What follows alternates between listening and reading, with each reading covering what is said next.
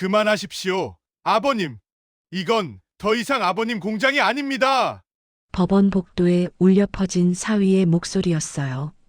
73세 노장인 이만호는 그 말을 듣는 순간 50년간 쌓아 올린 모든 것이 무너지는 걸 느꼈죠. 손에 쥔 건 낡은 기술 노트 한 권뿐이었어요. 그는 평생을 쇳물과 함께 살았던 사람이었어요.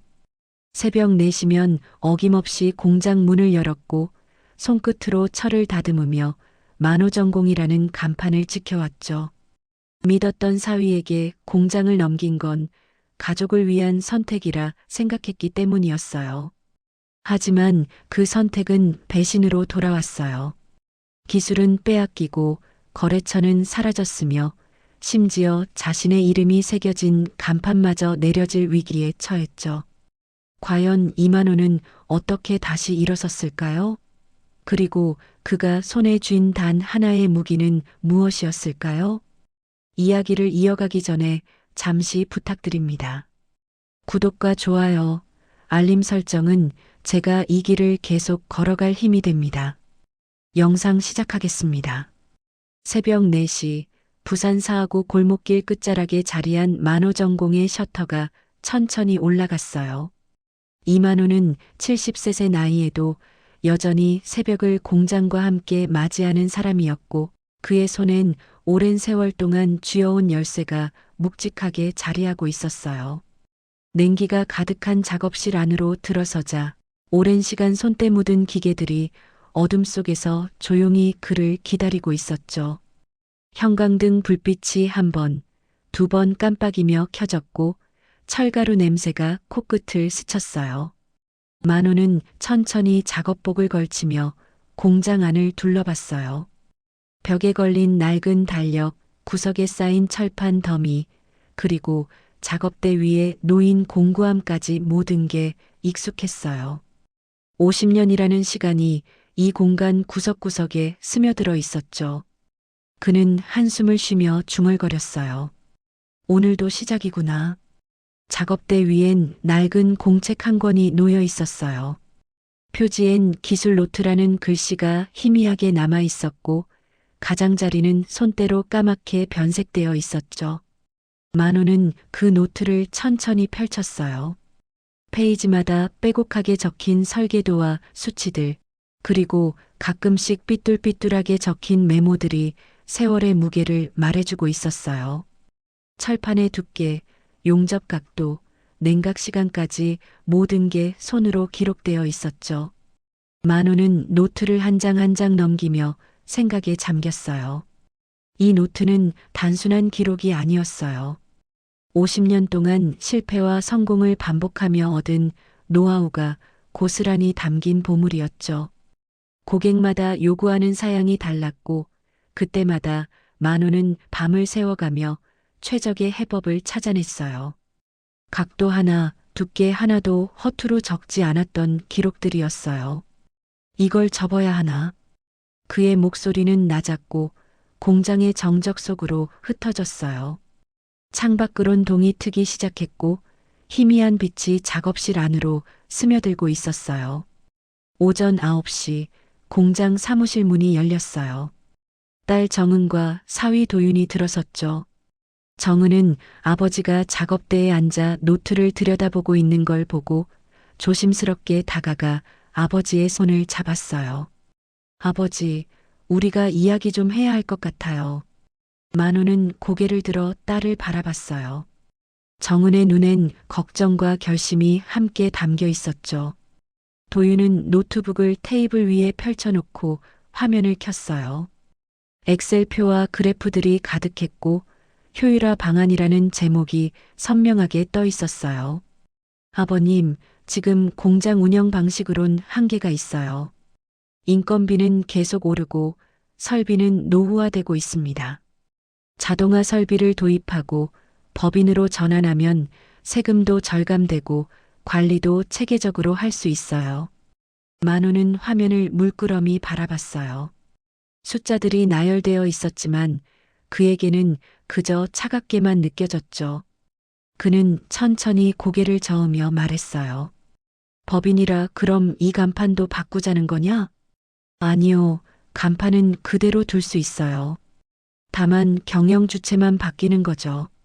아버님 이름은 그대로 유지됩니다. 정은이 재빨리 말했어요. 그녀는 아버지의 손을 꼭 잡으며 부드럽게 설득했어요. 아버지, 도윤이 말이 맞아요. 우리가 이어받아서 제대로 키워보려고요.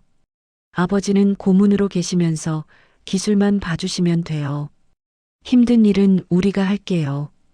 만호는 창밖을 바라봤어요. 공장 앞마당에 세워진 낡은 간판이 보였죠. 만호전공이라는 글씨가 세월의 발에 있었지만 여전히 또렷했어요. 그 간판은 자신이 처음 이 일을 시작했을 때부터 지켜온 것이었고 아내와 함께 달았던 기억이 생생했어요. 간판 이름은 건드리지 마라. 만호의 목소리엔 단호함이 묻어났어요. 그건 내가 처음 이 일을 시작했을 때부터 지켜온 거다. 내 엄마랑 같이 달았던 간판이야. 도윤은 고개를 끄덕이며 말했어요. 물론이죠, 아버님. 만호전공이라는 이름은 그대로 유지됩니다.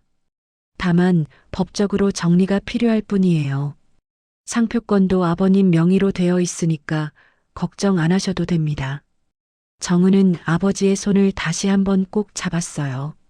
아버지, 우리 믿어주세요. 아버지가 평생 일군 걸 우리가 지킬게요. 절대 헛되게 하지 않을게요. 만호는 천천히 고개를 끄덕였어요. 믿고 싶었죠. 딸과 사위가 자신의 뜻을 이어줄 거라고 생각했어요.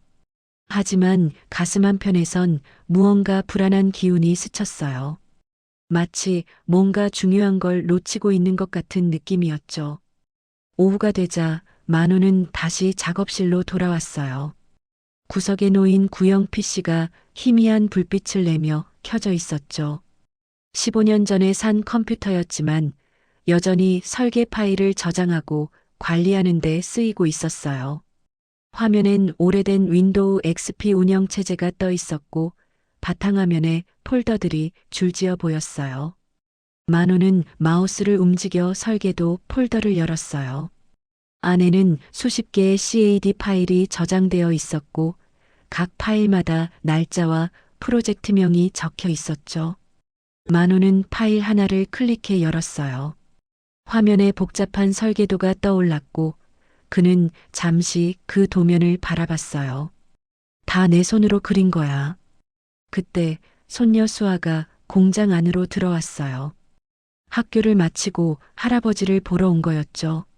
할아버지, 여기 계셨어요? 수아 왔구나. 학교 끝났니?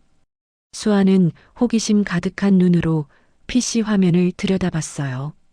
할아버지, 이 그림들 다 할아버지가 그린 거예요? 그래, 다 내가 직접 그린 설계도들이야. 손으로 그리던 걸 컴퓨터로 옮긴 거지. 수아는 마우스를 움직여 파일 하나를 클릭했어요. 오른쪽 버튼을 눌러 속성 창을 열자 상세 정보가 떠올랐어요. 작성자란에 이만호라는 이름이 선명하게 표시되어 있었죠. 수정 날짜는 2023년 3월, 생성 날짜는 2020년 11월이었어요. 와, 할아버지 이름이 다 여기 남아있네요. 이거 진짜 신기해요. 만호는 빙그레 웃으며 손녀의 머리를 쓰다듬었어요. 컴퓨터가 다 기억해주는 거야. 누가 언제 만들었는지 말이지. 신기하지? 수아는 다른 파일들도 클릭해봤어요. 모든 파일마다 작성자 이름이 동일하게 이만호로 기록되어 있었어요. 수아는 그 순간을 잠깐 기억 속에 담았어요. 어린 나이였지만 그 정보가 언젠가 중요할 거라는 걸 본능적으로 느꼈죠.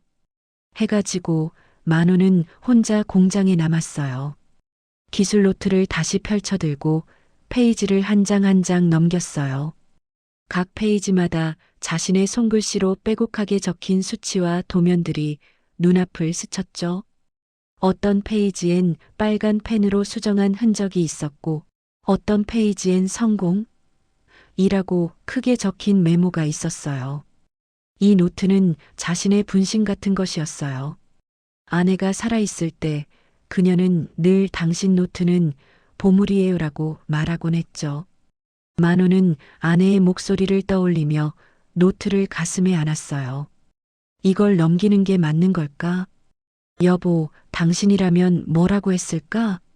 창밖으론 어둠이 깔리고 있었고 공장 마당엔 가로등 불빛만이 희미하게 비추고 있었어요. 만호는 천천히 노트를 덮으며 일어섰어요. 형광등을 끄자 공장 안은 다시 정적에 휩싸였죠. 철가루가 작업대 위에서 가늘게 흩날렸고 그 입자들이 희미한 달빛에 반짝였어요. 만호는 마지막으로 간판을 올려다봤어요.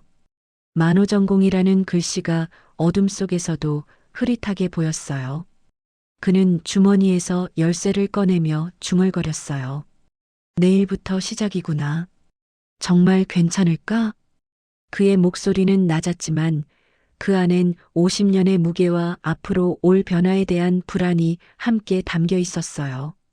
밤바람이 불어와 셔터를 흔들었고 먼 곳에서 자동차 소리가 희미하게 들려왔어요. 만호는 공장 문을 잠그고 천천히 골목길을 걸어나갔다. 새벽 6시 만호는 사무실 금고 앞에 앉아 있었어요. 오래된 철제 금고였고 열쇠를 돌리는 소리가 조용한 공간 안에 울렸죠. 금고 문이 천천히 열렸고 안에는 공장 등기부등본과 사업자 등록증, 그리고 아내가 남긴 몇 장의 편지가 정갈하게 정리되어 있었어요.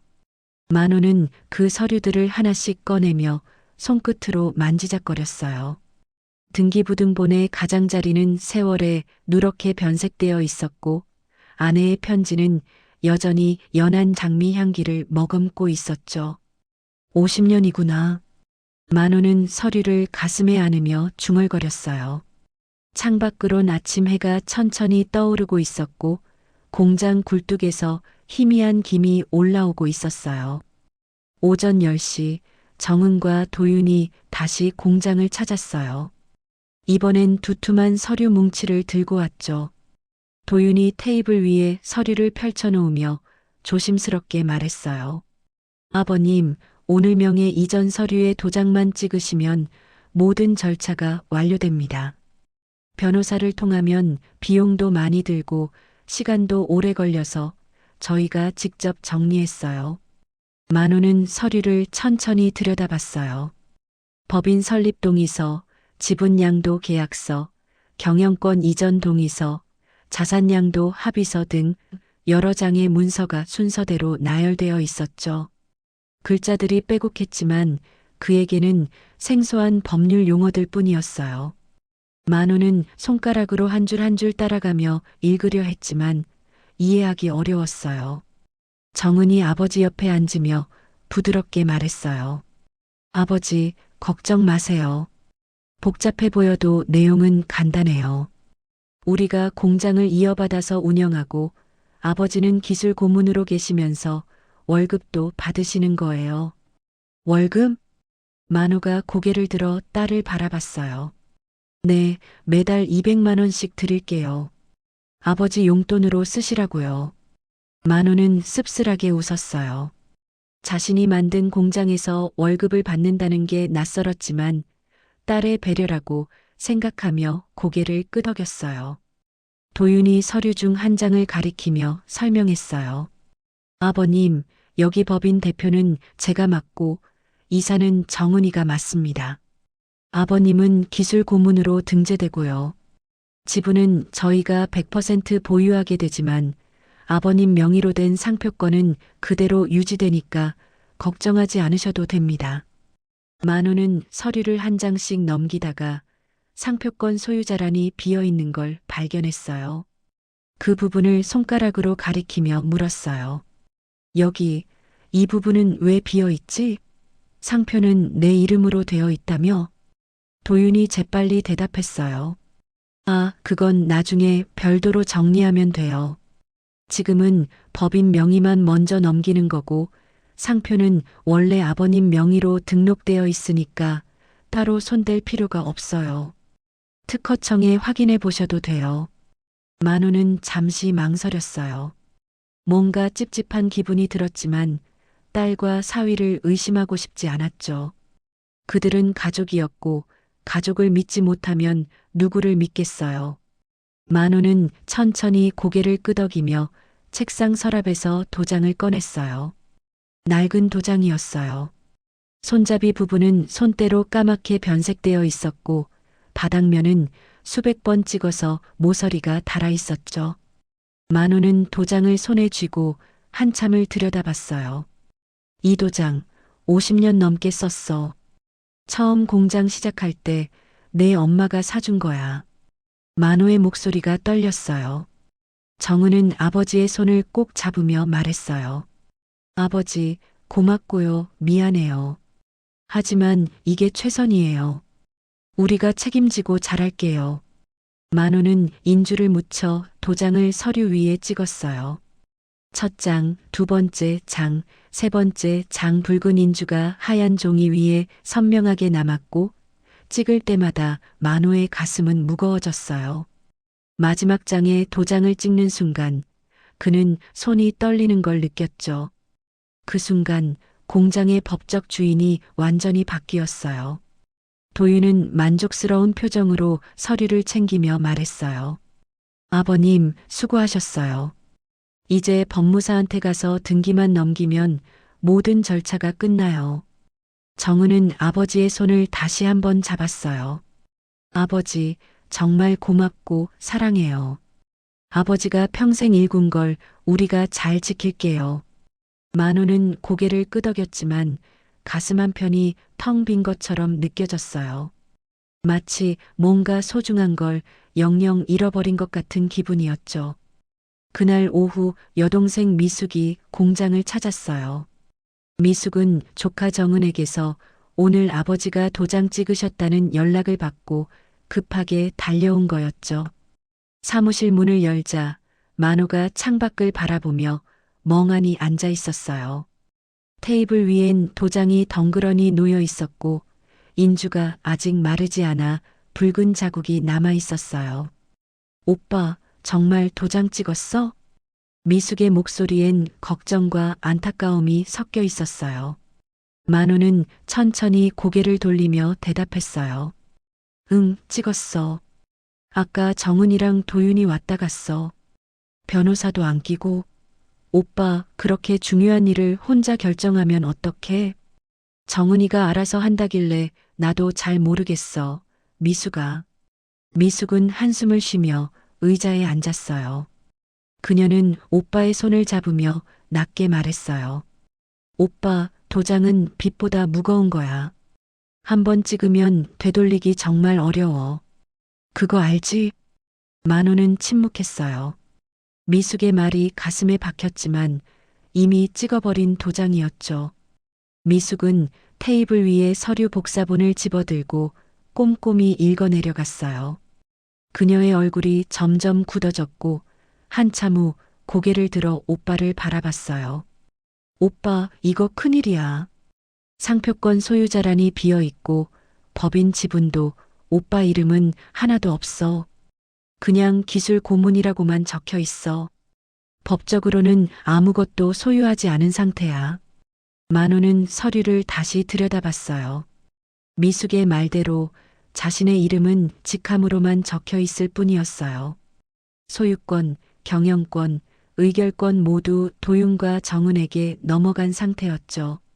이거 내가 실수한 건가? 미숙아, 나 잘못한 거야? 만우의 목소리가 떨렸어요. 미숙은 오빠의 어깨를 두드리며 침착하게 말했어요. 오빠, 지금이라도 확인해 봐야 해. 상표 등록은 오빠 이름으로 되어 있을 거야. 특허청에 전화해서 상표 등록 상태 확인해 봐. 그거라도 꼭 챙겨둬. 나중에 도움이 될 수 있어. 만우는 고개를 끄덕였어요.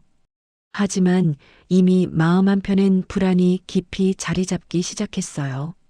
미숙이 돌아간 후 만우는 혼자 사무실에 남아 서류를 다시 한번 읽어봤어요.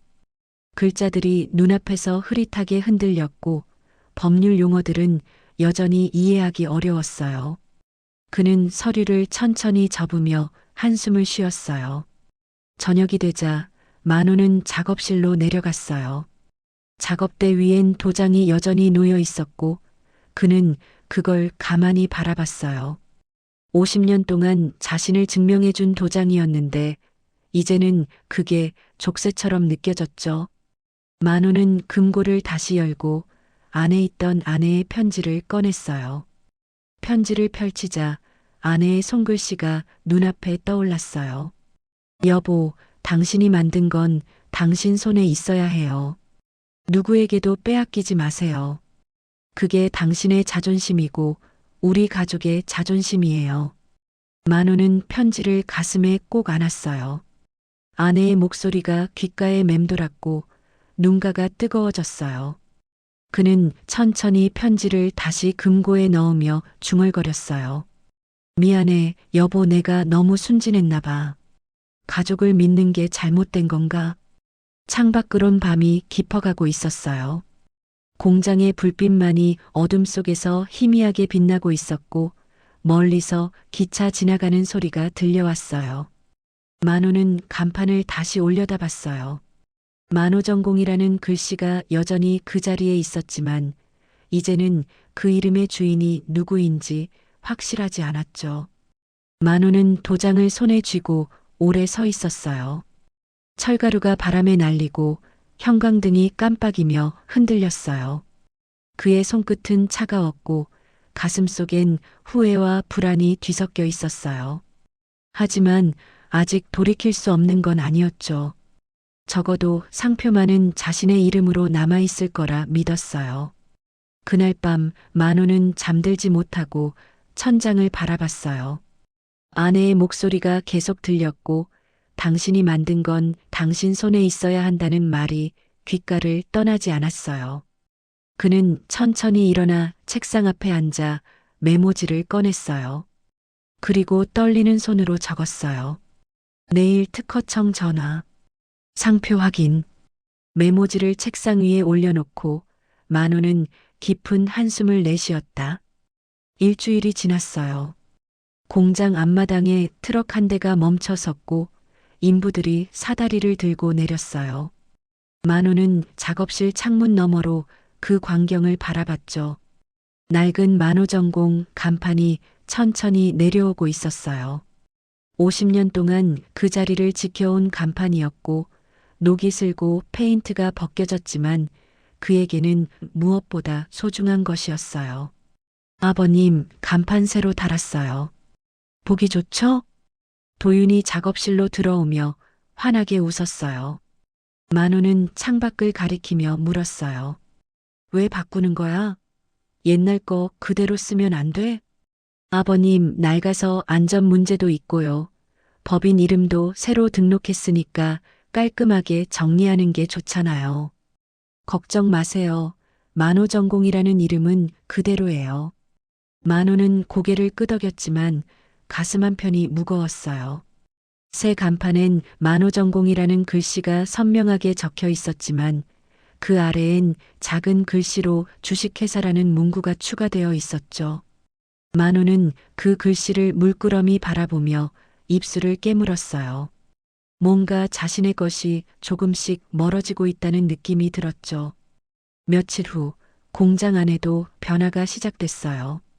도윤은 새 시스템을 도입한다며 출입카드를 나눠줬어요. 직원들은 모두 목에 카드를 걸고 출퇴근 시간을 체크해야 했죠. 만호도 카드를 받았지만 그의 카드엔 기술 고문이라는 직함만 적혀 있었어요. 사진 옆에 작은 글씨로 권한 제한적 출입이라고 표시되어 있었죠. 아버님, 이제부터는 카드 찍고 들어오셔야 해요. 보안 때문에 그래요. 요즘 산업 스파이도 많고 기술 유출 방지 차원이에요. 도윤이 웃으며 말했어요. 만호는 카드를 손에 쥐고 한참을 바라봤어요. 자신이 만든 공장인데 이제는 출입하려면 카드를 찍어야 한다는 게 낯설었죠. 그는 카드를 주머니에 넣으며 씁쓸하게 웃었어요.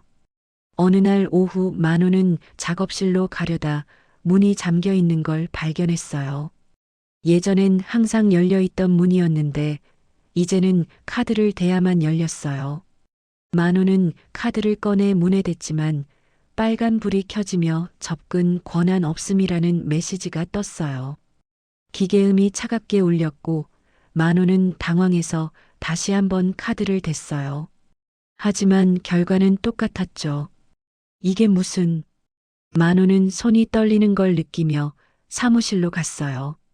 정은이 서류를 정리하고 있었고 만우가 들어서자 고개를 들었어요.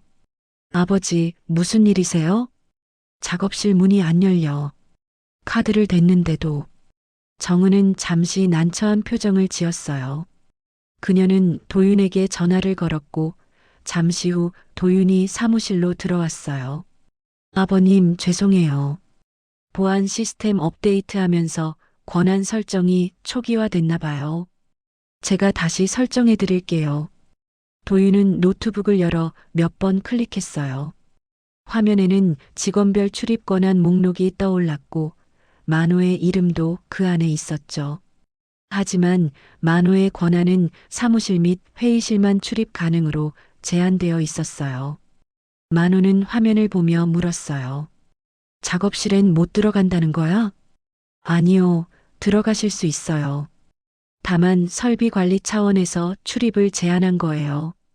요즘 정밀 설비가 많아서 자칫 건드리면 고장날 수도 있거든요. 아버님이 필요하시면 저희한테 말씀하시면 문 열어드릴게요. 만호는 말없이 고개를 끄덕였어요. 50년 동안 자신이 지켜온 작업실인데 이제는 허락을 받아야 들어갈 수 있다는 게 믿기지 않았죠.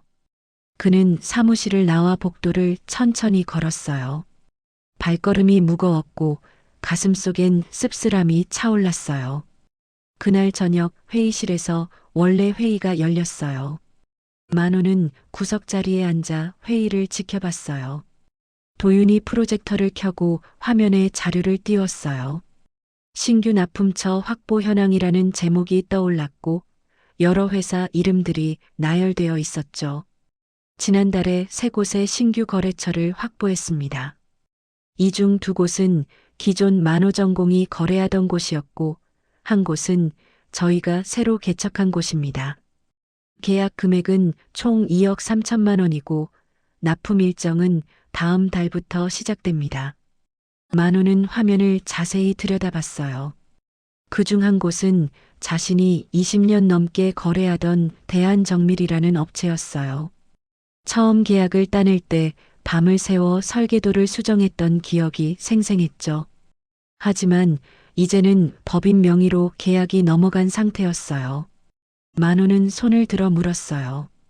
저기, 대한정밀은 내가 처음 계약한 곳인데 담당자 김 부장님은 잘 계시나? 도윤이 웃으며 대답했어요. 맞아요, 아버님. 아버님이 닦아놓으신 기반 덕분에 계약이 잘 진행됐어요. 김 부장님 잘 계시고요.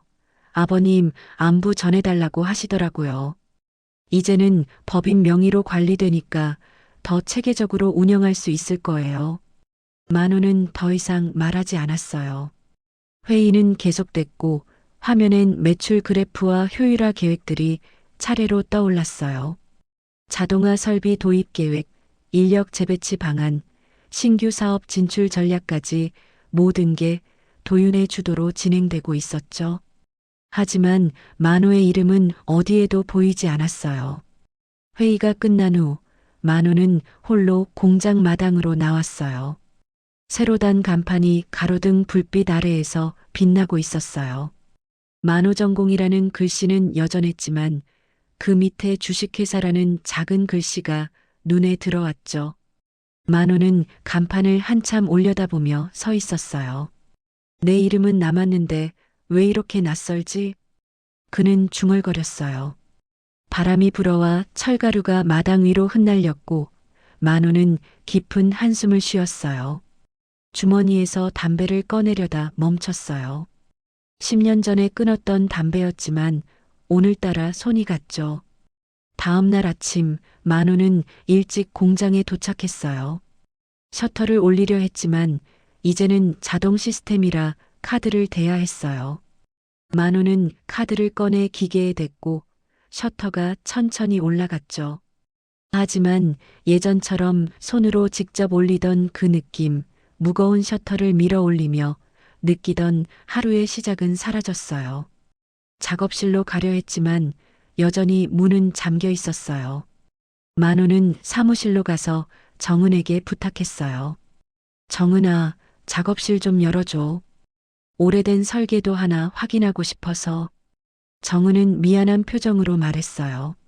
아버지, 지금 도윤이 회의 중이라서 조금만 기다리시면 열어드릴게요. 한 30분 정도요. 만호는 고개를 끄덕이고 복도 의자에 앉았어요. 벽시계를 보니 아침 7시였어요. 30분을 기다리는 게 이렇게 길게 느껴질 줄 몰랐죠. 그는 복도 창문 너머로 작업실을 바라봤어요. 기계들이 조용히 서 있었고 작업대 위엔 새 공구들이 정렬되어 있었어요. 30분이 지나고 도윤이 회의실에서 나왔어요. 그는 만호를 보고 웃으며 다가왔어요. 아버님, 작업실 가시려고요? 제가 열어드릴게요. 뭘 찾으세요? 옛날 대한정밀 납품했던 설계도 좀 보려고. 도윤은 자신의 카드로 문을 열었어요. 만호는 작업실 안으로 들어섰지만 예전과는 다른 풍경이 펼쳐졌어요. 기계들은 깨끗하게 정리되어 있었고 작업대 위엔 새 공구들이 줄지어 놓여 있었죠. 하지만 자신의 낡은 공구함은 구석으로 밀려나 있었어요. 먼지가 쌓여 있었고 위에는 박스 몇 개가 올려져 있었어요. 만호는 박스를 치우고 공구함을 천천히 열었어요. 안엔 50년 동안 써온 렌치와 망치, 줄자가 가지런히 놓여 있었어요. 손때가 묻어 있었고 녹이 슬기도 했지만 그에게는 가장 소중한 도구들이었죠. 만호는 렌치 하나를 들어 손에 쥐고 무게를 느껴봤어요. 이것들도 이젠 쓸모없는 건가? 그는 중얼거렸어요. 도윤이 뒤에서 말했어요. 아버님, 그 공구들은 박물관에 기증하시는 게 어때요? 산업박물관 같은 데서 전시하면 의미 있을 것 같은데요. 역사적 가치가 있잖아요. 만호는 대답하지 않았어요. 박물관이라니. 자신이 아직 살아있는데 벌써 박물관 얘기를 하다니. 그는 공구함을 천천히 닫고 작업실을 나왔어요. 복도를 걸으며 만호는 벽에 걸린 사진들을 바라봤어요. 공장 준공식 사진, 첫 납품 기념 사진, 직원들과 함께 찍은 단체 사진들이 줄지어 걸려 있었죠. 하지만 그 사진들 옆엔 새로 찍은 법인 설립 기념 사진이 크게 걸려 있었어요. 도윤이 중앙에 서 있었고 정은이 그 옆에, 그리고 직원들이 웃으며 둘러싸고 있었죠. 만호의 얼굴은 그 사진 구석에 작게 보일 뿐이었어요. 마치 손님처럼 서 있는 자신의 모습이 낯설었죠. 만호는 공장을 나와 집으로 돌아갔어요. 그날 밤 그는 책상 앞에 앉아 오래된 상표 등록증을 꺼냈어요. 종이는 누렇게 변색되어 있었지만 이만호라는 이름은 여전히 선명했어요. 만호는 그 이름을 손끝으로 쓰다듬으며 생각했어요. 적어도 이건 내 거야. 아직 내 이름이 남아있어. 이건 아무도 못 가져가. 하지만 그 확신도 오래가지 못했어요. 며칠 후 만호는 우편물 하나를 받았어요. 특허청에서 온 통지서였죠. 봉투를 뜯자 상표 갱신 기한 만료 예정 통지라는 제목이 눈에 들어왔어요. 만호는 서류를 읽으며 손이 떨렸어요. 갱신 기한은 한 달 후였고 갱신하지 않으면 상표권이 소멸된다고 적혀 있었죠. 만호는 전화기를 들어 정은에게 전화를 걸었어요. 벨소리가 여러 번 울렸고 정은이 받았어요. 아버지, 무슨 일이세요? 정은아, 상표 갱신 통지서가 왔는데 이거 어떻게 해야 하지? 아, 그거요? 아버지, 지금 정말 바빠서요. 나중에 얘기해요. 도윤이 알아서 처리할 거예요. 정은의 목소리는 급했고 전화는 곧 끊겼어요. 만호는 수화기를 내려놓고 창밖을 바라봤어요. 공장 간판이 멀리 보였고 그 글씨는 여전히 만호전공이었지만 이제는 그 이름이 누구의 것인지 알 수 없었다. 토요일 오후 만호는 공장에 들렀어요. 주말이라 직원들은 대부분 쉬고 있었고 공장 안은 조용했죠. 하지만 작업실에서 기계 소리가 들려왔어요. 만호는 작업실 문 쪽으로 걸어갔어요. 문은 열려 있었고 안에선 도윤이 노트북을 들고 무언가를 확인하고 있었어요. 뭐 하는 거야? 만호가 물었어요. 도윤은 고개를 들어 웃으며 대답했어요. 아버님. 자료 정리 좀 하고 있어요. 아버님 기술 노트에 있는 설계들을 디지털화 하려고요. 종이로만 두면 분실 위험도 있고 관리도 어려우니까요. 만호는 작업대로 다가갔어요. 도윤 옆엔 자신의 기술 노트가 펼쳐져 있었고 스캐너가 연결되어 있었죠. 도윤은 노트의 페이지를 한 장씩 스캔하고 있었어요. 만호는 불안한 표정으로 물었어요. 내 노트를 왜 스캔해? 아버님, 백업이에요. 만약 노트를 잃어버리면 큰일이잖아요. 디지털로 저장해두면 안전하게 관리할 수 있어요. 도윤의 말은 그럴듯했어요. 하지만 만호는 마음 한편이 불편했어요. 그 노트는 자신의 50년 노하우가 담긴 것이었고 함부로 복사되는 게 꺼림칙했죠. 그래도 내 허락은 받아야 하는 거 아니야? 아버님, 법인 자산이잖아요. 회사 기술 자료는 체계적으로 관리해야 해요. 걱정 마세요. 아무도 못 보게 잘 보관할게요. 도윤은 다시 스캔 작업을 계속했어요. 만호는 더 이상 말하지 못하고 그 광경을 지켜봤어요. 페이지가 한 장씩 스캐너를 지나갔고 화면엔 설계도가 선명하게 떠올랐죠. 만호의 손글씨, 메모, 수정 흔적들이 고스란히 디지털 파일로 변환되고 있었어요. 스캔이 끝난 후 도윤은 파일들을 USB에 저장했어요. 작은 USB였지만 그 안엔 만호의 평생이 담겨 있었죠. 도윤은 USB를 주머니에 넣으며 말했어요. 아버님, 이거 회사 서버에 올려둘게요. 필요하시면 언제든 말씀하세요. 만호는 고개를 끄덕였지만 가슴속엔 씁쓸함이 차올랐어요. 그날 저녁 손녀 수아가 공장을 찾았어요. 할아버지가 주말에도 공장에 나간다는 소식을 듣고 걱정이 되어 온 거였죠. 수아는 작업실로 들어서자 구석에 놓인 구형 PC를 발견했어요. 할아버지, 이 컴퓨터 아직도 쓰세요? 응, 가끔 설계 파일 확인할 때 쓰지. 수아는 호기심에 PC를 켜봤어요.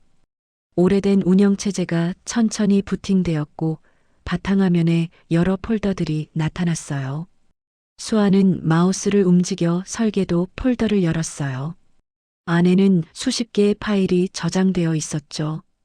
할아버지, 이 파일들 언제 만드신 거예요?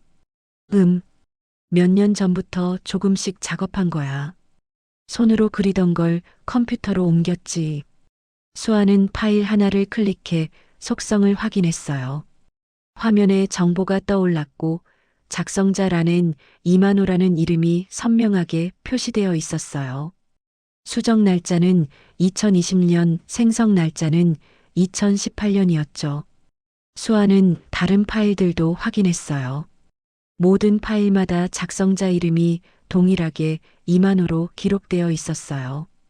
할아버지, 이거 중요한 거죠? 할아버지 이름이 다 남아 있어요. 그래, 컴퓨터가 기억해 주는 거야. 누가 만들었는지 말이지. 수아는 잠시 생각하다가 USB를 꺼내 PC에 꽂았어요. 그리고 파일 속성 창을 캡처하기 시작했어요. 작성자명, 생성 날짜, 수정 날짜가 모두 보이는 화면들을 하나씩 스크린샷으로 저장했죠. 할아버지, 이거 혹시 몰라서 제가 백업해 둘게요. 왜? 뭐 문제 있어? 아니요. 그냥 중요한 것 같아서요. 수아는 캡처한 파일들을 USB에 복사했어요. 작은 USB였지만 그 안엔 만호가 파일을 직접 만들었다는 증거가 고스란히 담겨 있었어요. 수아는 USB를 가방 속에 조심스럽게 넣었어요. 며칠 후 만호는 사무실에서 정은과 대화를 나누고 있었어요. 정은은 태블릿을 보며 말했어요. 아버지, 도윤이 설계 파일 정리 잘 해놨어요. 이제 필요한 자료 찾기도 쉬워졌어요. 그래, 근데 원본 노트는 어디 있어? 도윤이 금고에 보관했대요. 안전하게 관리하려고요. 만호는 불안한 마음에 금고를 열어보고 싶었지만 금고 비밀번호도 이제 도윤이 관리하고 있었어요. 정은이 미안한 표정으로 말했어요. 아버지, 필요하시면 제가 꺼내드릴게요. 됐어. 그냥 물어본 거야. 만호는 자리에서 일어났어요. 사무실을 나와 복도를 걷다가 벽에 붙은 라벨지를 발견했어요. 기술 자료 보관함이라고 적혀 있었고 그 아래엔 작은 글씨로 접근 권한 대표이사, 이사라고 표시되어 있었죠. 만호의 이름은 없었어요.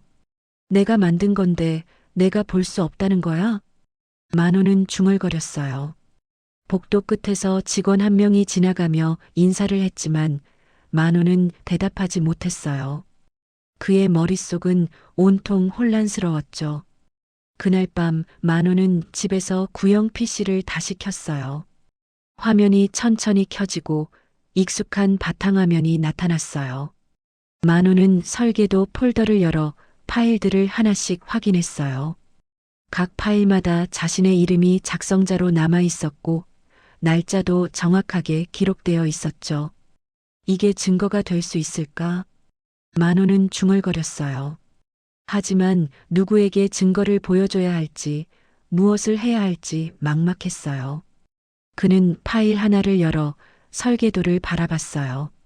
자신이 밤을 새워 그렸던 도면이었고 손끝에 기억이 고스란히 담겨 있었죠. 창밖으론 밤이 깊어가고 있었어요. 만호는 화면을 보며 오랜 시간 앉아 있었어요. 형광등이 희미하게 깜빡였고 정적만이 방을 채웠어요. 그의 손끝은 마우스 위에 올려져 있었지만 움직이지 않았어요. 며칠 후 수아는 할아버지를 다시 찾아왔어요. 그 아이는 가방에서 USB를 꺼내 만호에게 건넸어요. 할아버지, 이거 잘 보관하세요. 나중에 필요할지도 몰라요. 이게 뭔데? 할아버지가 만드신 파일들이요. 작성자 이름이랑 날짜가 다 찍혀 있는 거요. 제가 캡처해뒀어요. 만호는 USB를 손에 쥐고 수아를 바라봤어요. 손녀의 눈엔 걱정과 결연함이 함께 담겨 있었죠. 고맙구나, 수아야. 내가 이렇게까지 생각해줘서. 할아버지가 만드신 건 할아버지 거예요. 아무도 못 가져가요. 수아의 말이 만호의 가슴을 울렸어요. 그는 손녀를 꼭 안아주며 눈가가 뜨거워지는 걸 느꼈어요. 작은 USB였지만 그 안엔 희망의 씨앗이 담겨 있었어요. 만호는 USB를 책상 서랍 깊숙한 곳에 넣고 열쇠로 잠갔다. 한 달이 지났어요. 만호는 여전히 공장에 나갔지만 이제는 할 일이 없었어요. 작업실 출입은 제한되어 있었고 회의에 불려가도 그저 듣기만 할 뿐이었죠. 어느 날 아침 만호가 공장에 도착하자 직원들이 수군거리고 있었어요. 무언가 심상치 않은 분위기였죠. 무슨 일이야? 만호가 한 직원에게 물었어요. 직원은 난처한 표정으로 공장 게시판을 가리켰어요. 거기에는 A4 용지가 붙어 있었고 폐업 예정 공고라는 제목이 선명하게 적혀 있었어요. 만호는 천천히 다가가 공고문을 읽었어요. 만호전공 주식회사는 경영 악화로 인해 2024년 3월 31일자로 폐업을 예정하고 있습니다. 직원 여러분께서는 고용보험 수급 절차를 준비해 주시기 바랍니다. 만호의 손이 떨렸어요. 경영 악화? 한 달 전 회의에서는 신규 거래처 확보했다고 했는데 갑자기 폐업이라니. 만호는 급하게 사무실로 향했어요. 정은과 도윤이 서류를 정리하고 있었고 만호가 들어서자 두 사람은 잠시 멈췄어요. 이게 무슨 일이야? 폐업이라니. 만호의 목소리가 떨렸어요. 도윤이 침착하게 대답했어요. 아버님, 죄송해요. 갑작스러운 결정이었어요. 회사 부채가 생각보다 많았고 운영 자금이 부족해서 더 이상 유지가 어려워졌어요. 부채? 무슨 부채? 내가 넘겨줄 때 빚은 없었어. 아버님, 법인 전환 과정에서 세금 문제도 있었고 설비 투자 비용도 많이 들었어요. 저희도 최선을 다했지만 어쩔 수 없었어요. 만호는 서류를 달라고 했어요. 도윤은 잠시 망설이다가 재무제표를 건넸죠. 만호는 숫자들을 보며 고개를 저었어요. 매출은 오히려 늘어났는데 비용 항목에 컨설팅 비용, 외주 용역비, 법인 운영비 등이 과도하게 책정되어 있었어요. 이게 뭐야? 컨설팅 비용만 5천만 원이야? 네, 경영 효율화를 위해 전문 컨설팅 업체를 고용했어요. 필요한 지출이었어요. 만호는 더 이상 말할 수 없었어요. 숫자들이 의미하는 게 무엇인지 정확히는 모르겠지만 뭔가 잘못되고 있다는 느낌은 확실했죠. 그날 오후 만호는 미숙에게 전화를 걸었어요. 미숙은 급하게 공장으로 달려왔고 재무제표를 꼼꼼히 확인했어요. 그녀의 얼굴이 점점 굳어졌죠. 오빠, 이거 이상해. 매출은 늘었는데 순이익이 거의 없어. 비용 항목들이 너무 과도해. 특히 이 외주 용역비는 뭐지? 한 달에 1,000만 원씩? 나도 모르겠어. 도윤이 효율화한다고 했는데. 미숙은 한숨을 쉬며 오빠를 바라봤어요. 오빠, 이거 의도적인 것 같아. 회사를 폐업시키려고 부채를 만드는 거야. 그럼 법적 책임도 없고 자산도 정리할 수 있거든. 그럼 내 공장은 그냥 사라지는 거야? 법적으로는 그래. 하지만 기술이랑 거래처는 남아있잖아. 그걸 다른 회사 이름으로 가져갈 수도 있어. 만호는 머리가 어지러웠어요. 자신이 50년 동안 지켜온 것들이 이렇게 사라진다는 게 믿기지 않았죠. 며칠 후 만호는 우연히 도윤의 사무실 문이 열린 걸 발견했어요. 안에서 도윤이 전화 통화를 하고 있었고 만호는 복도에서 그 소리를 들었어요. 네, 대표님. 폐업 절차 진행 중이에요. 3월 말이면 정리 끝나고 4월부터 새 법인으로 시작하면 돼요. 거래처는 이미 다 넘겼고 기술 자료도 확보했어요. 상표권은 갱신 안 하면 자동 소멸되니까 문제 없을 거예요. 만호는 숨이 막혔어요. 새 법인? 그럼 이 모든 게 계획된 거였던 거예요. 만호는 조용히 사무실을 나와 작업실로 갔어요. 구형 PC를 켜고 파일 폴더를 확인했어요. 하지만 많은 파일들이 삭제되어 있었어요. 최근 수정 날짜를 보니 일주일 전이었죠. 내 파일을 지웠어? 만호는 떨리는 손으로 USB를 꺼냈어요. 수아가 준 그 USB였죠. 다행히 증거 파일들은 그대로 남아 있었어요. 작성자명, 날짜, 타임스탬프가 모두 기록된 스크린샷들이었어요. 그날 밤 만호는 미숙과 함께 변호사 사무실을 찾았어요. 젊은 변호사가 서류들을 검토했고 고개를 끄덕였어요. 이건 명백한 배임이에요. 법인을 이용해서 원 소유자의 자산을 편취하려는 의도가 보입니다. 특히 폐업을 명분으로 새 법인을 설립한다면 이건 사기에 가깝죠. 그럼 어떻게 해야 하죠? 먼저 상표권을 보호해야 합니다. 갱신 기한이 얼마 안 남았죠? 바로 갱신 신청하세요. 그리고 이 USB에 있는 증거들, 기술 자료 작성자 증명이 되니까 잘 보관하세요. 변호사는 서류를 정리하며 말을 이었어요. 소송을 준비하시는 게 좋겠어요. 시간이 걸리겠지만 승소 가능성은 높습니다. 다만 빠르게 움직이셔야 해요.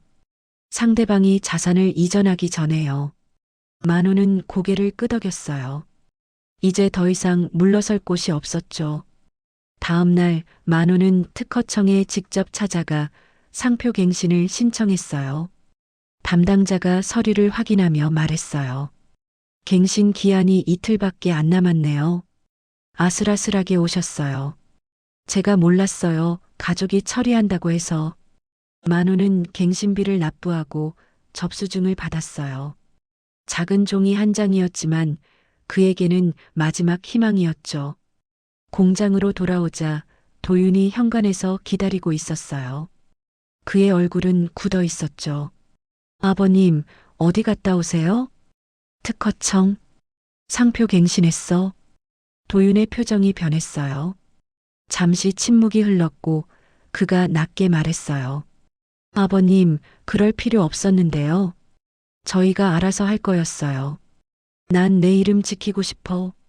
그게 잘못이야? 도윤은 대답하지 않았어요. 그는 돌아서며 중얼거렸죠.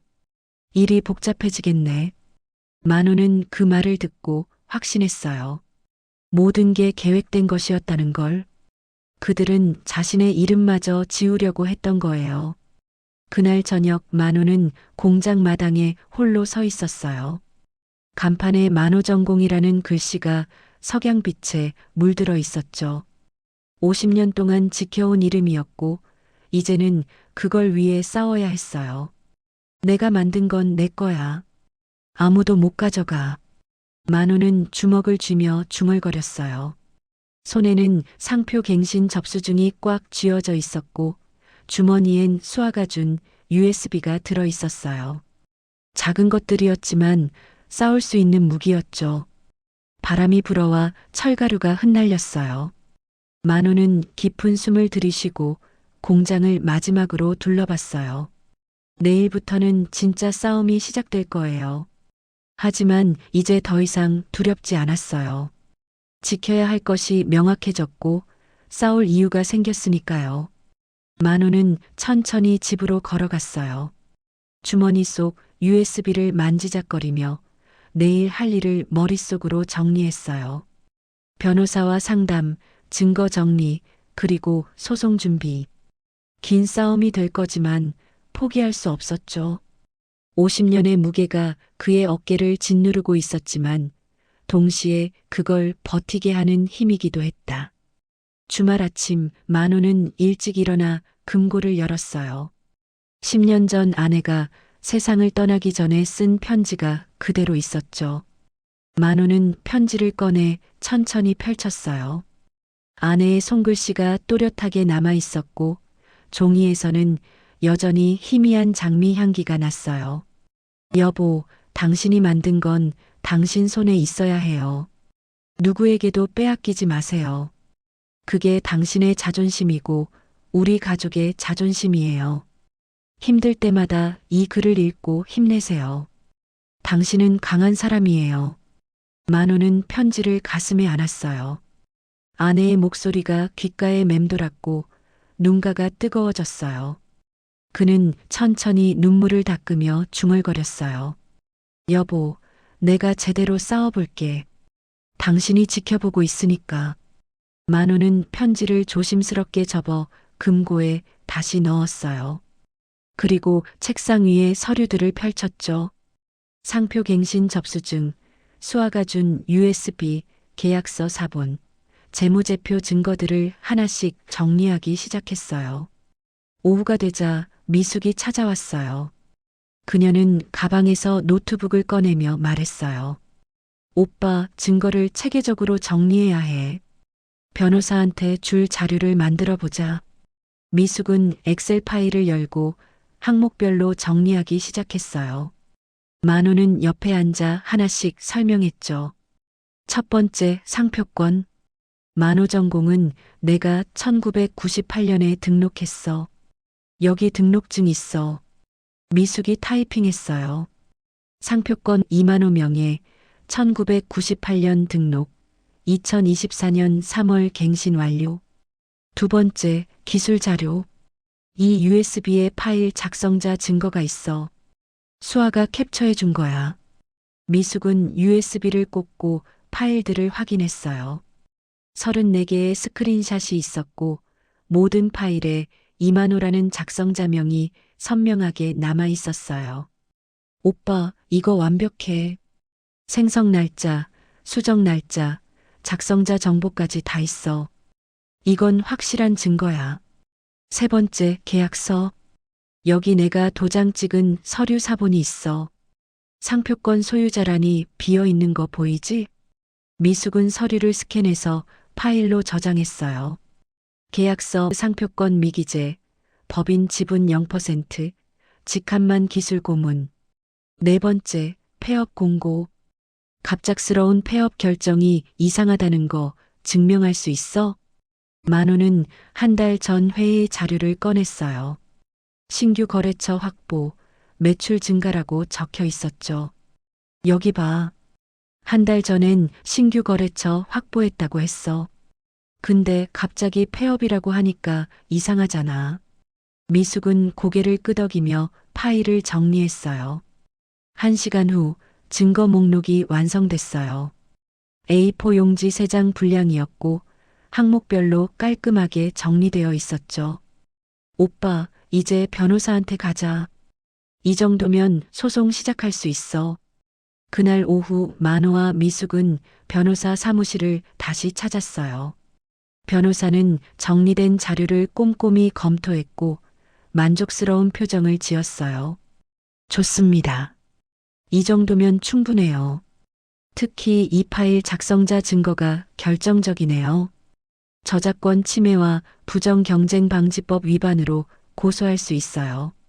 시간이 얼마나 걸릴까요? 1심까지는 6개월 정도 예상됩니다. 다만 중간에 조정이나 화해 권고가 나올 수도 있어요. 변호사는 소송 계획을 설명했어요. 첫 번째는 가처분 신청이었어요. 상표 사용 금지와 기술 자료 사용 금지를 신청하는 거였죠. 두 번째는 본소송 제기, 세 번째는 형사고소였어요. 비용은 얼마나 들까요? 착수금 500만 원, 성공 보수는 승소 금액의 10%입니다. 부담되시면 분할 납부도 가능해요. 만호는 잠시 망설였어요. 500만 원은 큰 돈이었지만 50년을 지키기 위한 비용이라고 생각하면 아깝지 않았죠. 하겠습니다.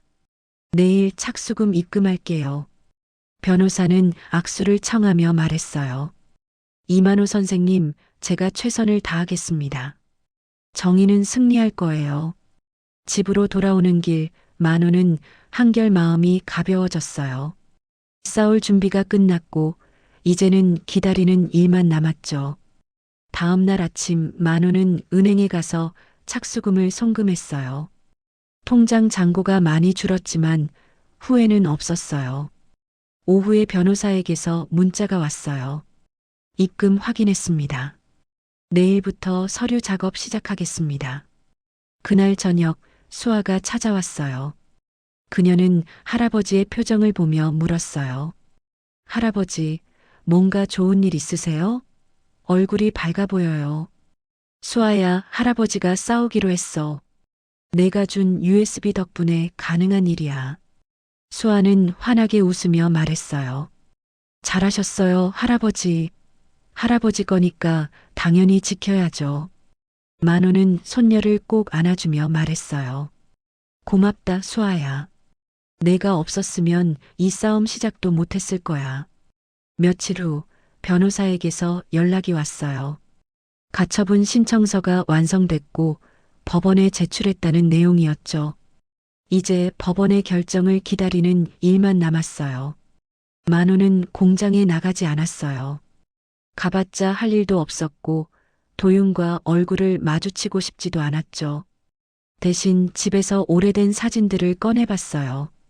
공장 준공식 사진, 첫 납품 기념 사진, 아내와 함께 찍은 사진들, 모든 사진 속에서 자신은 웃고 있었어요. 내가 이렇게 열심히 살았는데 이대로 뺏길 순 없지.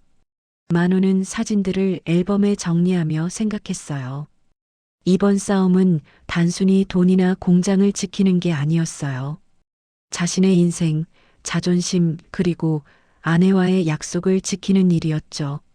일주일 후 변호사에게서 전화가 왔어요. 이만호 선생님, 가처분 신청이 받아들여졌습니다. 법원에서 상표 사용 금지 결정을 내렸어요. 만호의 손이 떨렸어요. 첫 승리였죠. 정말요? 그럼 이제 어떻게 되는 건가요? 상대방이 만호전공이라는 이름을 사용할 수 없게 됐어요. 만약 사용하면 법적 처벌을 받습니다. 이제 본소송 준비를 본격적으로 시작할게요. 전화를 끊고 만호는 창밖을 바라봤어요. 공장 간판이 멀리 보였고 만호전공이라는 글씨가 여전히 그 자리에 있었어요. 이제 그 이름은 법적으로도 자신의 것이 확실해졌죠. 만호는 금고를 열고 아내의 편지를 다시 꺼냈어요. 편지를 읽으며 눈가가 뜨거워졌지만 이번엔 슬픔이 아니라 안도감이었어요. 여보, 내가 지켜냈어. 우리 이름 지켰어. 만호는 편지를 가슴에 안고 한참을 서 있었어요. 창밖으론 해가 지고 있었고 석양빛이 방 안을 따뜻하게 비추고 있었어요. 긴 싸움이 시작됐지만 첫걸음은 성공적이었죠. 만호는 편지를 조심스럽게 접어 금고에 넣었어요. 그리고 책상 서랍에서 수아가 준 USB를 꺼내 손에 쥐었어요. 작은 USB였지만 그 안엔 승리의 열쇠가 들어 있었어요. 만호는 USB를 다시 서랍에 넣고 열쇠로 잠갔어요. 이제 본격적인 싸움이 시작될 거예요. 하지만 만호는 더 이상 두렵지 않았어요. 증거도 있고 법도 자신의 편이었으니까요. 그는 깊은 숨을 들이쉬고 내일을 준비하기 시작했다. 석 달이 지났어요. 봄이 지나가고 여름이 시작되는 6월, 드디어 첫 재판 날이 왔어요. 만호는 미숙과 함께 법원에 도착했어요. 법원 복도는 생각보다 조용했고 사람들이 낮은 목소리로 대화하고 있었죠. 만호는 떨리는 손으로 법정 문을 열었어요. 법정 안은 엄숙했어요. 판사석, 원고석, 피고석이 질서정연하게 배치되어 있었고 천장은 높았어요. 만호는 원고석에 앉았고 변호사가 옆에 자리를 잡았죠. 피고석엔 도윤과 그의 변호사가 앉아 있었어요. 도윤은 만호를 쳐다보지 않았어요. 모두 기립하십시오. 법정 직원의 목소리가 울렸고 판사가 입장했어요. 중년의 여성 판사였고 침착한 표정으로 자리에 앉았죠. 판사는 서류를 확인하며 재판을 시작했어요. 민사 제2024-1234호 원고 이만호 대 피고 최도윤 사건을 시작하겠습니다. 원고 측 변호사, 소장 요지를 설명해 주세요. 만호의 변호사가 일어서서 또박또박 말했어요. 존경하는 재판장님, 본 사건은 피고가 원고의 상표권과 기술 자료를 부정하게 취득하고 사용한 사안입니다. 원고는 50년간 만호전공이라는 상표로 철공소를 운영해 왔으며 1998년에 상표 등록을 완료했습니다. 변호사는 프로젝터를 켜고 증거들을 하나씩 제시했어요. 첫 번째는 상표 등록증이었어요. 만호전공, 등록인 이만호, 1998년 7월 15일 등록이라는 내용이 화면에 크게 떠올랐죠. 두 번째 증거입니다. 원고가 작성한 기술 자료의 파일 속성입니다. 화면에 스크린샷이 떠올랐어요. 작성자 이만호, 생성 날짜 2020년 11월 3일, 수정 날짜 2023년 3월 15일이 선명하게 보였죠. 변호사는 USB를 제출하며 말했어요. 이 USB에는 34개 파일의 속성 증거가 모두 담겨 있습니다. 모든 파일의 작성자가 원고 이만호 선생님으로 기록되어 있습니다. 판사가 고개를 끄덕이며 서류를 검토했어요. 피고 측 변호사가 일어섰어요. 재판장님, 이의를 제기합니다.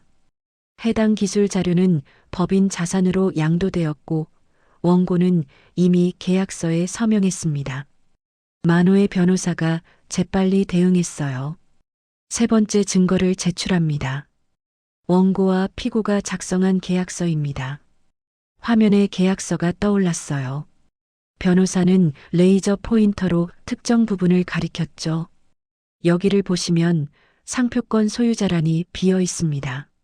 상표권은 양도 대상이 아니었다는 뜻입니다. 또한 원고는 법인 지분을 전혀 보유하지 못했고 단지 기술 고문이라는 직함만 받았습니다. 판사가 물었어요.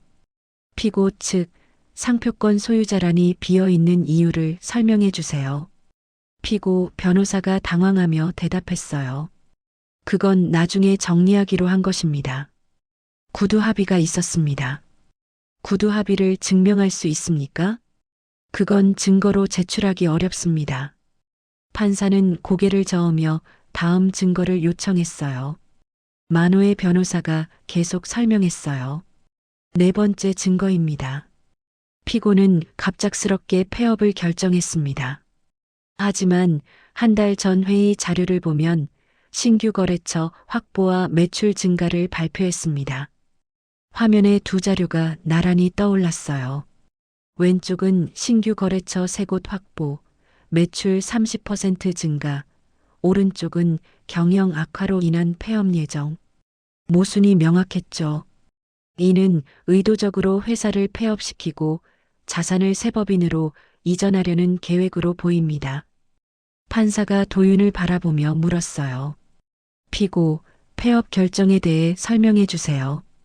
도윤이 일어서서 말했어요. 재판장님, 법인 운영 과정에서 예상치 못한 비용이 발생했습니다. 컨설팅 비용, 설비 투자 비용 등이 과도하게 들어갔고 재무제표를 제출하셨습니까? 네, 제출했습니다. 판사는 재무제표를 검토했어요. 얼굴이 점점 굳어졌죠. 컨설팅 비용이 5천만 원, 외주 용역비가 월 1,000만 원 이게 합리적인 지출입니까? 도윤은 대답하지 못했어요. 피고 변호사가 대신 말했어요. 경영 판단의 영역입니다. 재판장님. 판사는 고개를 저으며 만호의 변호사에게 물었어요. 원고 측 추가 증거가 있습니까? 네, 재판장님. 5번째 증거입니다. 변호사는 정은이 준비한 서류를 제출했어요. 만호는 깜짝 놀랐죠. 정은이 언제 이런 걸 준비했을까요? 이것은 피고 최도윤이 새법인 도윤정미를 설립한 서류입니다. 폐업 결정 2주 후에 등록되었고 동일한 거래처와 계약을 체결했습니다.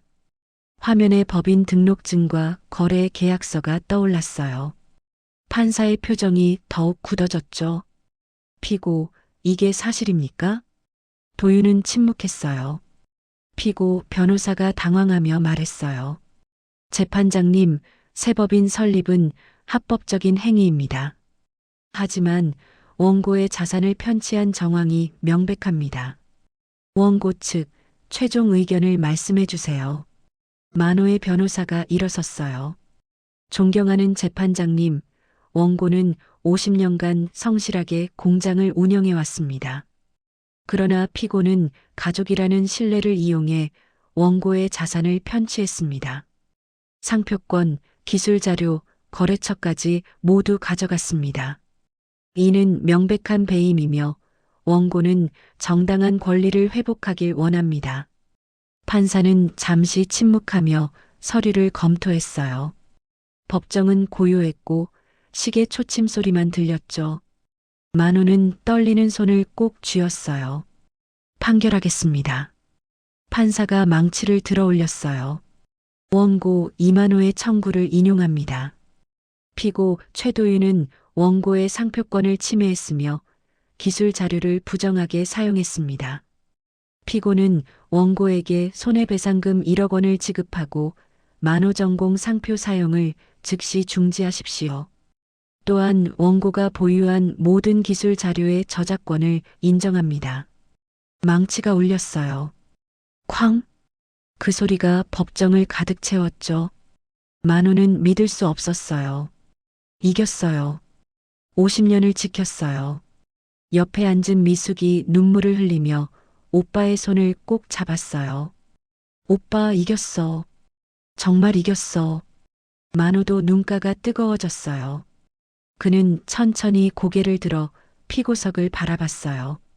도윤은 고개를 숙이고 있었고 정은이 방청석에서 일어나는 게 보였어요. 정은은 아버지를 향해 천천히 걸어왔어요. 아버지 죄송해요. 정은의 목소리가 떨렸어요. 만호는 딸을 바라봤어요. 정은아, 넌 제가 상표 갱신 자료 준비해뒀어요. 그리고 도윤법인 등록 서류도 제가 변호사님께 드렸어요. 늦었지만 아버지 편이에요. 만호는 딸을 꼭 안아주었어요. 정은은 아버지 품에서 눈물을 흘렸죠. 법정을 나서며 만호는 하늘을 올려다봤어요. 구름 사이로 햇살이 비치고 있었어요. 여보, 우리 이겼어. 당신 말대로 지켰어. 만호는 주머니에서 상표 등록증을 꺼내 만지작거렸어요. 이제 이 이름은 누구도 뺏을 수 없었어요. 법이 인정했으니까요. 변호사가 다가와 악수를 청했어요. 이만호 선생님 축하드립니다. 정의가 승리했습니다. 만호는 변호사의 손을 꼭 잡았어요. 그리고 고개를 끄덕였어요. 긴 싸움이었지만 끝까지 버텼고 결국 이겼어요. 50년의 무게를 지켜냈죠. 법원을 나서는 만호의 발걸음은 가벼웠다. 판결이 나고 한 달이 지났어요. 여름이 깊어가는 7월, 만호는 공장 앞에 서 있었어요. 간판에 만호전공이라는 글씨가 여전히 그 자리에 있었고 법원의 판결로 이제 그 이름은 완전히 자신의 것이 되었죠. 하지만 공장 안은 텅 비어 있었어요. 기계들은 멈춰 있었고 작업대엔 먼지가 쌓여 있었어요. 만호는 천천히 작업실 문을 열었어요. 오래된 철가루 냄새가 코를 찔렀고 형광등이 깜빡이며 켜졌죠. 그는 작업대를 쓸어내리며 중얼거렸어요. 다시 시작해야지.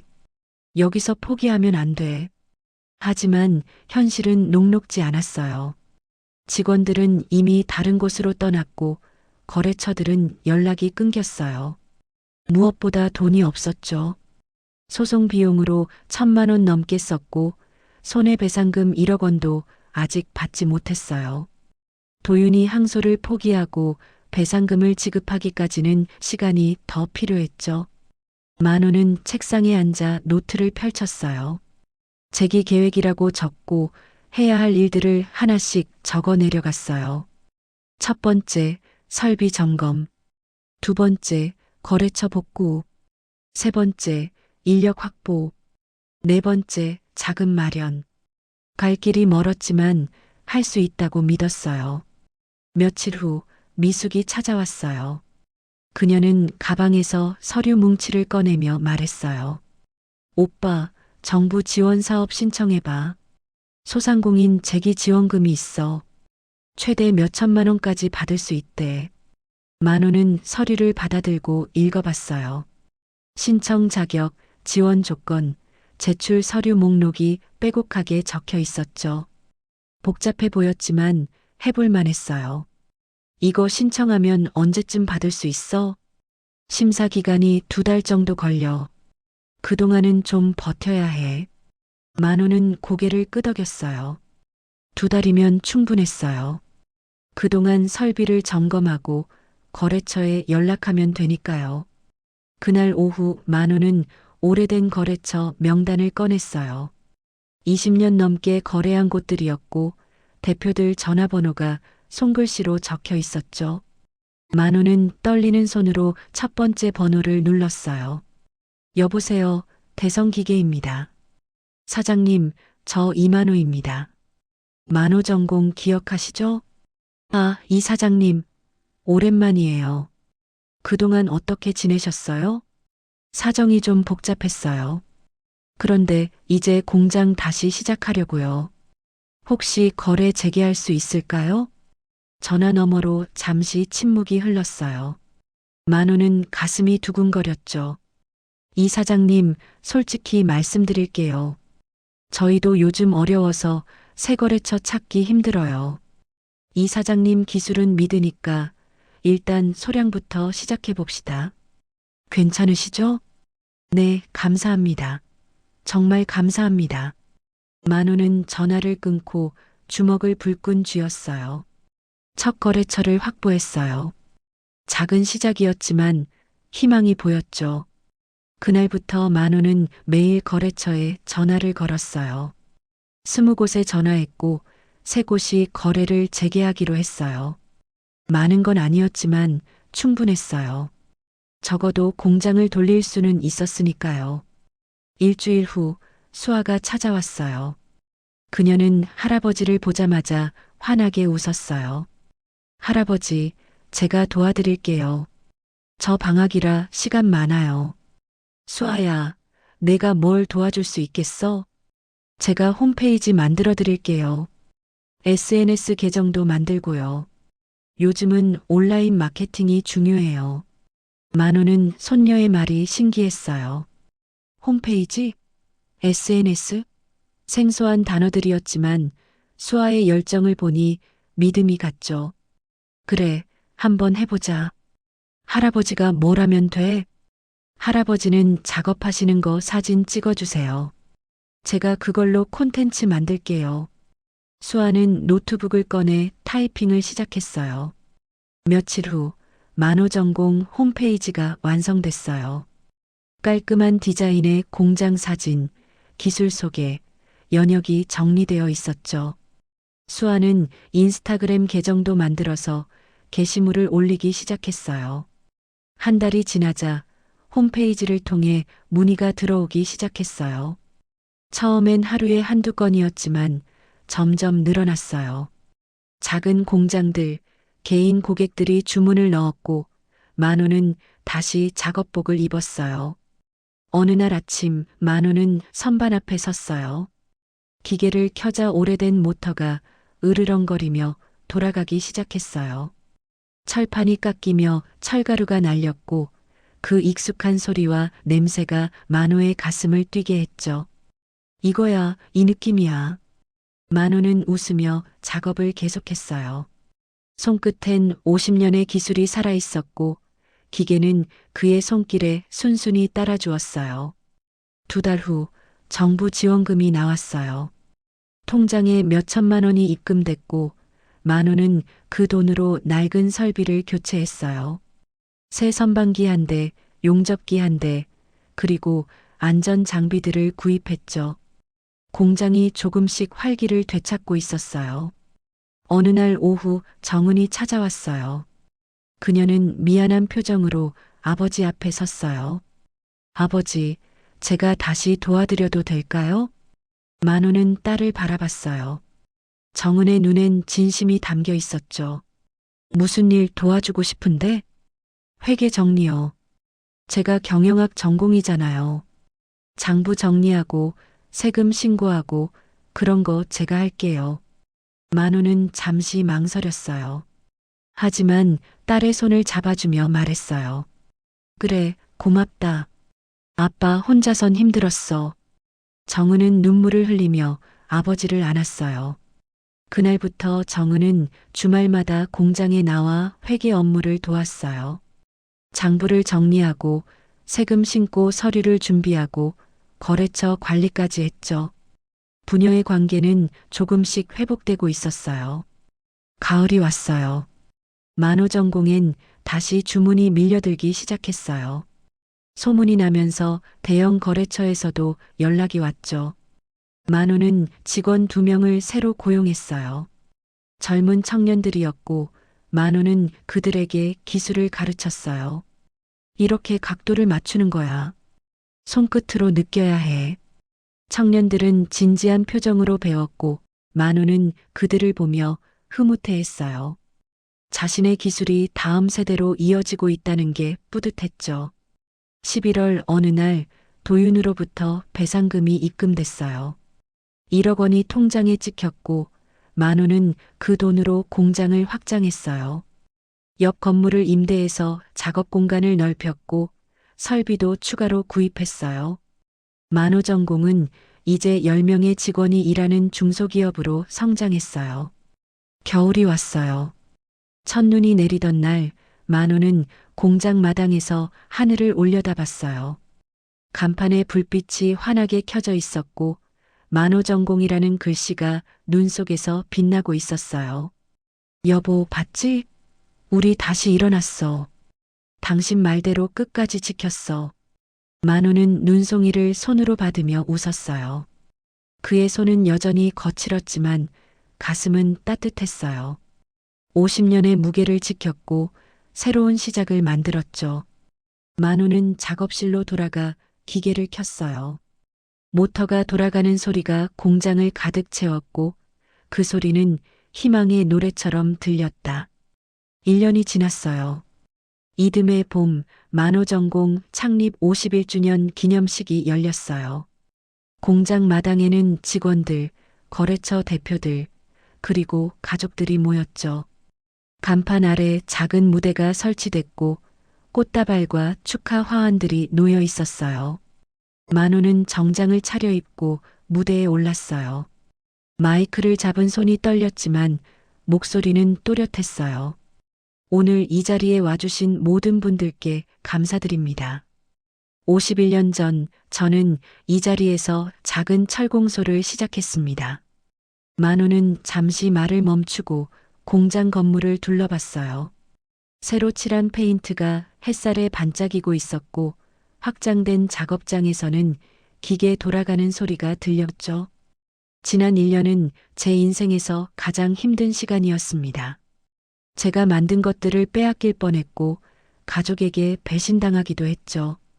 하지만 포기하지 않았습니다. 관중석에서 미숙이 눈물을 닦았어요. 정은도 고개를 숙이고 있었고 수아는 할아버지를 향해 미소를 보냈어요. 제가 다시 일어설 수 있었던 건 저를 믿어준 분들 덕분입니다. 여동생 미숙, 손녀 수아, 그리고 다시 돌아온 딸 정은, 거래처 대표님들과 새로 합류한 젊은 직원들, 모두에게 감사드립니다. 박수가 터져 나왔어요. 만호는 주머니에서 작은 상자를 꺼냈어요. 안에는 낡은 도장이 들어 있었죠. 이 도장은 50년 넘게 저와 함께 했습니다. 아내가 처음 사준 거예요. 한때 이 도장 때문에 모든 걸 잃을 뻔했지만 결국 이 도장이 제 것을 지켜줬습니다. 만호는 도장을 들어 올렸어요. 관중들이 박수를 쳤고 만호는 눈가가 뜨거워지는 걸 느꼈어요. 오늘부터 만호 전공은 새롭게 출발합니다. 전통은 지키되 혁신을 두려워하지 않겠습니다. 젊은 세대에게 기술을 물려주고 함께 성장하겠습니다. 만호는 무대에서 내려와 직원들과 악수를 나눴어요. 한 명 한 명의 손을 잡으며 고맙다고 말했죠. 마지막으로 정은이 앞에 섰을 때 만호는 딸을 꼭 안아주었어요. 정은아, 고맙다. 내가 없었으면 못 이겼을 거야. 아버지, 제가 더 감사해요. 저한테 기회를 다시 주셔서. 부녀는 한참을 그렇게 안고 있었어요. 주변 사람들이 박수를 보냈고 수아가 사진을 찍었죠. 기념식이 끝난 후 만호는 혼자 작업실로 갔어요. 금고를 열고 아내의 편지를 꺼냈어요. 마지막으로 읽는 거라고 마음먹으며 천천히 펼쳤죠. 여보, 당신이 만든 건 당신 손에 있어야 해요. 누구에게도 빼앗기지 마세요. 그게 당신의 자존심이고 우리 가족의 자존심이에요. 힘들 때마다 이 글을 읽고 힘내세요. 당신은 강한 사람이에요. 사랑해요, 여보. 만호는 편지를 가슴에 안았어요. 아내의 목소리가 귓가에 생생하게 들렸고 그는 눈을 감았어요. 여보, 지켰어. 우리 약속 지켰어. 이제 편히 쉬어도 돼. 만호는 편지를 조심스럽게 접어 금고에 넣었어요. 그리고 작업대로 가서 새 프로젝트 도면을 펼쳤죠. 젊은 직원이 설계한 도면이었고 만호는 빨간 펜으로 수정 사항을 적어 넣었어요. 여기 각도를 5도 더 틀어야 해. 그래야 강도가 나오거든. 옆에 서 있던 청년 직원이 고개를 끄덕였어요. 사장님, 어떻게 그걸 아세요? 50년 해봐서 알지. 이건 경험이야. 내가 10년 하다 보면 느낌으로 알게 될 거야. 청년은 진지하게 메모를 했어요. 만호는 그 모습을 보며 흐뭇해했어요. 자신의 기술이 이어지고 있다는 게 자랑스러웠죠. 저녁이 되자 만호는 공장을 나섰어요. 간판에 불빛이 켜졌고 만호전공이라는 글씨가 어둠 속에서 빛났어요. 만호는 간판을 올려다보며 한참을 서 있었어요. 만호전공, 이 이름 하나 지키려고 1년을 싸웠네. 그는 웃으며 고개를 저었어요. 하지만 후회는 없었어요. 이 이름은 단순한 상호가 아니었어요. 자신의 인생이었고 아내와의 약속이었고 가족의 역사였죠. 만호는 천천히 집으로 걸어갔어요. 골목길을 지나며 동네 사람들이 인사를 했어요. 이 사장님, 공장 잘 되신다며요? 네, 덕분에요. 다들 고맙습니다. 만호는 고개를 숙이며 인사를 받았어요. 이 동네에서 50년을 살았고 이웃들이 자신을 응원해 준다는 게 감사했어요. 집에 도착하자 현관 앞에 택배 상자가 놓여 있었어요. 수아가 보낸 거였죠. 상자를 열자 액자가 들어 있었어요. 만호전공 홈페이지 첫 화면을 캡처한 사진이었고 하단에는 이렇게 적혀 있었어요. 할아버지의 50년, 우리가 이어갑니다. 수아 올림. 만호는 액자를 들고 거실로 들어갔어요. 벽에 걸린 아내 사진 옆에 액자를 나란히 놓았죠. 두 액자가 나란히 걸려있는 모습이 보기 좋았어요. 여보, 봤지? 애들이 이어간대.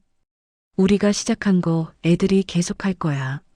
만호는 소파에 앉아 창밖을 바라봤어요. 멀리 공장의 불빛이 보였고 그 불빛은 따뜻했어요. 51년 전 처음 공장을 시작했을 때처럼 설레는 마음이 들었죠. 다음 날 아침 만호는 평소보다 일찍 공장에 나갔어요. 아직 직원들이 출근하기 전이었고 공장은 조용했어요. 그는 작업복을 입고 선반기 앞에 섰어요. 철판을 올려놓고 기계를 켰죠. 모터가 돌아가는 소리가 작업실을 가득 채웠고 철가루가 날렸어요. 만호는 철판을 깎으며 생각했어요. 지난 1년의 일들이 주마등처럼 지나갔죠. 배신, 상실, 싸움, 그리고 승리. 모든 것이 생생했어요. 힘들었지만 이겨냈어. 철판이 정확한 규격으로 깎였어요.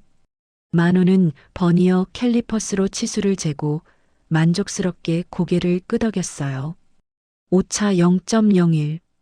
50년의 기술은 여전히 정확했죠. 오전 9시 직원들이 출근하기 시작했어요.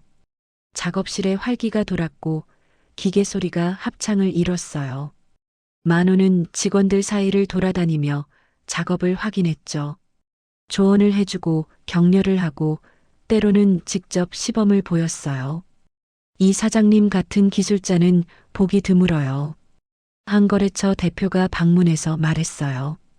만호는 겸손하게 웃으며 대답했어요. 기술은 시간이에요. 하루하루 정직하게 일하다 보면 자연스럽게 쌓이는 거죠. 점심시간이 되었어요. 직원들과 함께 식당에 가서 밥을 먹었어요. 웃음소리가 끊이지 않았고 만호는 그 소리를 들으며 행복했어요. 이게 바로 자신이 지키고 싶었던 거였어요. 사람들이 함께 일하고 웃고 성장하는 공간. 저녁 무렵 만호는 사무실에서 서류를 정리하고 있었어요. 정은이 들어와 차를 내려놓으며 말했어요. 아버지, 이번 달 실적 좋아요. 작년 같은 기간보다 30% 늘었어요. 그래, 직원들 상여금 좀 더 줘야겠네. 네, 이미 계산해뒀어요. 다음 주 월급날 같이 드릴게요. 만우는 딸을 바라보며 웃었어요. 정우는 이제 진짜 든든한 동반자가 되어 있었죠. 밤 9시 만우는 공장 문을 잠그고 나왔어요. 간판에 불빛이 여전히 빛나고 있었고 그는 마지막으로 간판을 올려다봤어요. 만우 전공. 좋은 이름이야. 만우는 주머니에 손을 넣고 천천히 집으로 걸어갔어요. 하늘엔 별이 빛나고 있었고 봄바람이 부드럽게 불었어요. 그의 발걸음은 가벼웠고 가슴은 따뜻했어요. 51년의 여정이 끝난 게 아니었어요. 새로운 시작이었죠. 만우전공이라는 이름은 계속될 거예요. 자식에게, 손주에게, 그리고 그 다음 세대에게. 이름 속에 담긴 정직함, 기술, 그리고 자존심은 영원할 것이다. 당신이 만든 건 당신 손에 있어야 해요. 만호의 아내가 남긴 마지막 편지 중에서 오늘 이야기가 마음에 드셨다면 구독과 좋아요, 알림 설정 잊지 마세요. 여러분의 따뜻한 댓글은 저에게 정말 큰 힘이 됩니다. 끝.